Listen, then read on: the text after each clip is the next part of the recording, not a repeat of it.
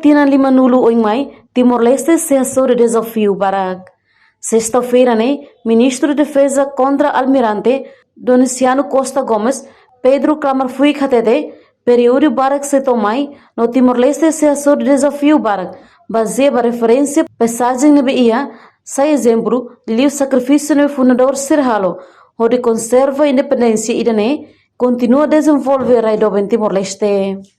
50 anos para hoje, e períodos para que se igual mais, deve Timor-Leste se enfrenta desafios para, e hareba referências passadas, saia nessa exemplo, liu sacrifícios no BMH, e também fundadores do Estado-Nação de Serra, saia nessa calamba, e a que conserva, e tem a independência, e mantém a credibilidade e a comunidade internacional, e não é mais desenvolvimento na raia, porque aí tem a povo Belemoris Sakmatek e Belemoris Tia. Arema desenvolvimento, e a mudança, cara, para o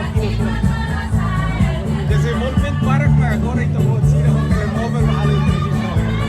É desenvolvimento. Na marca presença e a comemoração proclamação independência Badal Lima Nulu, Ministro de Defesa ou Estrutura, na família Sira. Reportagem Melana Conceição, Televisão Timor Post. Janela informação ba Emogoto. Atua tem informação atual dia Clio. Kita haluha. Haneham botão subscribe, like. Halo comentário no Fahia Tutang ba media sosial Hotu.